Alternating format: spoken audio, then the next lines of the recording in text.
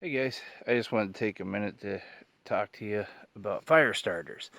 Uh, I gotta, I gotta be open.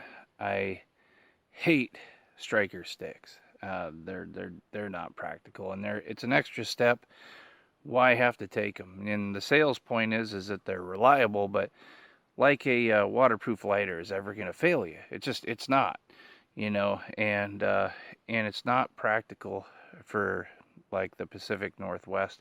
They work really well for optimal areas and optimal times, but when you're in the woods, when can you predict that anything's going to be optimal? In Southern Oregon, where I'm originally from, it's dry enough that, yeah, you could probably get away with it. But I moved up here up north, and it's only dry maybe a quarter of the time. And I waited for rainfall to show you just how usable the methods that I use really are. So let's say that your hands are frozen, that you can't work with your hands, and you have one chance to get heat on your hands right away.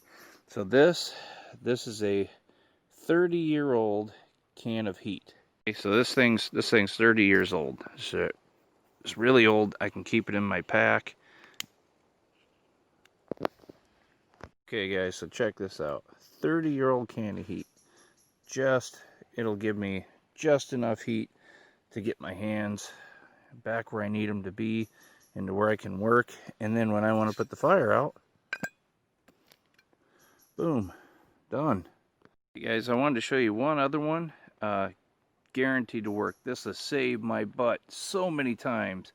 I'm talking foul weather, just like a slush downpour, partly of snow, partly of rain. Everything was absolutely soaked, and this works no matter what. Comes in a 3-pack. This is called military trioxane, and I'm going to show you how it works. Back in the Korean War in Vietnam, they would take these and they put them in a little metal stove, and they light them. They don't make any smoke or put off any fumes, and you can cook your food in the jungle without being detected. But it also, you can use this to ignite a fire. I'm going to make this wet log here light up. It's a solid crystal, and it melts into a gel and soaks into the wood. And I'm going to do a demonstration for you. Okay, so normally if I wanted to start a fire, I would put air under it. I'd have some sticks. I'd pile up, make sure there's plenty of ventilation. I'd have some dried grass. I'd dig down past all this lichen and moss and find some drier pine needles and try to get a fire going with some, and then gradually put bigger logs on. But I'm not going to do that. I don't want to make a full-blown fire. I just want to show you how this works. One strike of the flame, and boom, it's lit. And there it goes, Bubba. See, it's just like fire right now, and it's going to ignite this wet log. It's going to soak in there, and it even does such a good job that I've got to stick around to make sure that this fire goes out 100% and that it's safe. It's a good thing I got a whiz. So anyhow, there we go. It's just amazing. This stuff really rocks. So definitely something to carry in your pack. It's called military trioxane, compressed trioxane, and you can even burn the wrapper if you want to. And this is going to save your butt no matter what.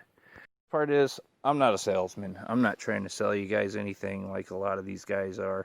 I'm just trying to show you what works. And this stuff obviously works. It's soaking into the wood right now. The gel is, and so anyhow, some guy will try to sell you a striker stick and tell you that you need one. If you ever use it, I'll be amazed. But actually, look at that. Even the back side of this log is burning. I didn't even light this side. So anyhow, guys, military trioxane, compressed trioxane. This is the way to go. I purposely made sure that it had rained and that everything was soaked before I made this video, because any clown with enough lighter fluid can can make a fire. And but you know, this is actually kind of wimpy here too, guys. I mean, a real challenge. I just don't have those conditions right now. Maybe I'll try it again in the very heavy of winter. It's actually harder to make a fire the worst time right when it starts getting a little warmer, and right in spring when you have that kind of real slushy snow. That's the best time to really challenge yourself to make a fire.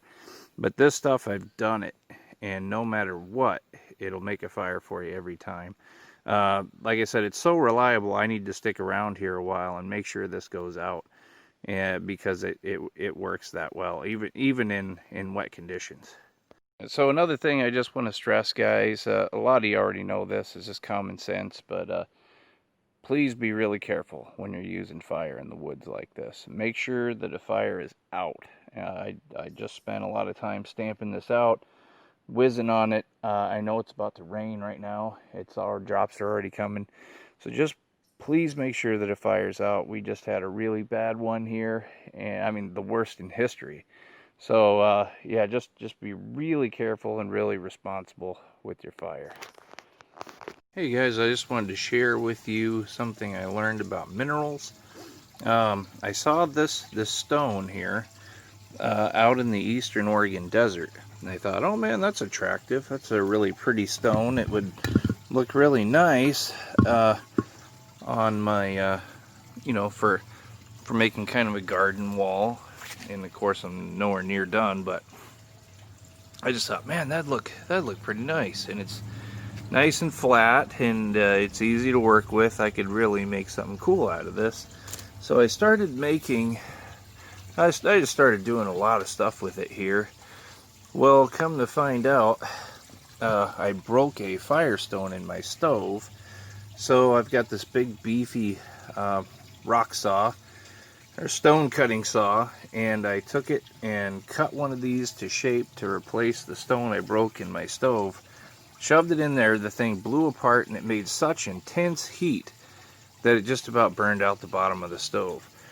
So I called my buddy Bob, who does the show with me, who lives out in the eastern desert, and I asked him what happened, and he said, oh, sounds like you ran into some iron oxide oil shale. And yeah, it will do that. So I did some history research on it. Come to find out, in the eastern Oregon desert and some of the other deserts throughout Colorado, in all those states, they didn't have wood to burn, and they discovered this stuff by accident, and this is what they burned out in the fields when they were herding sheep. So this is just a great tip.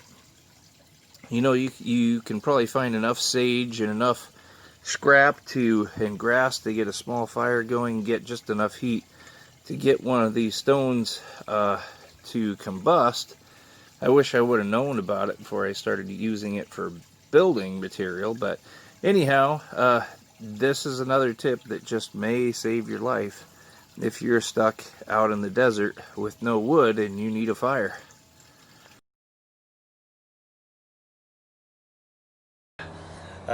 So Dingo Jack was asking about my fire starting capabilities that I keep in my go bags.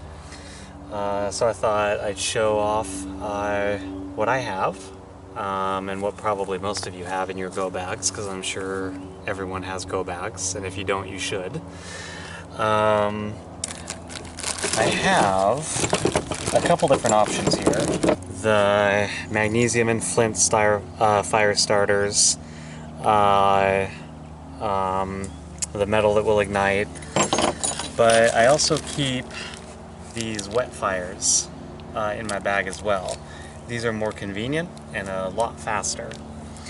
And there's a couple ways you can do it. So if you're in a dry area, you have plenty of tinder, all you need is a spark. You can open up one of these guys, and they just look like mints. And if If you don't have wet wood or anything like that, then these are a nice option because you can just flake off pieces of it, which I've already done here. And then, you know, you'd have it around your tinder as well, but you'll see how quickly this will ignite.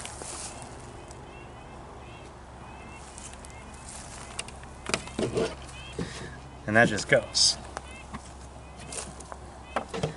But if you're trying to start a fire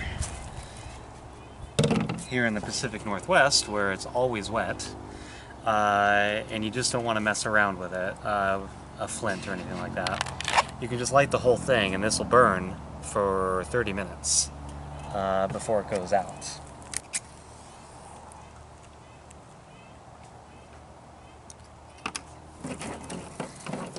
And then you can take your soaking wet wood, which is what we have around here, because we just got done with a big rainstorm for a week.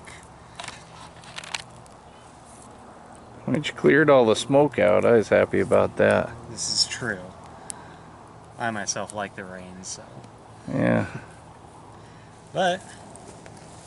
And it's hard to describe to you, or to show you on video, but this wood really is soaking wet. But you just get a little something like that started, and that tab's going to burn for 30 minutes. So you should literally be able to start a fire in just about any situation with these things. Nice, and the company is called, what was that again? Well, these particular ones are called Wet Fire, and I buy these at Bi-Mart, but there's 100 different brands made by 100 different companies that do the same thing. There are certainly ones that are better than this. There are ones that are worse than this too. But you can see that I have 1, 2, 3, 4, 5 of them in a Ziploc baggie. Normally I have way more than that. But pair that with other fire starting capabilities and you should be able to start many, many fires. Awesome, man. All right, Gray Jedi signing off, man. Thanks.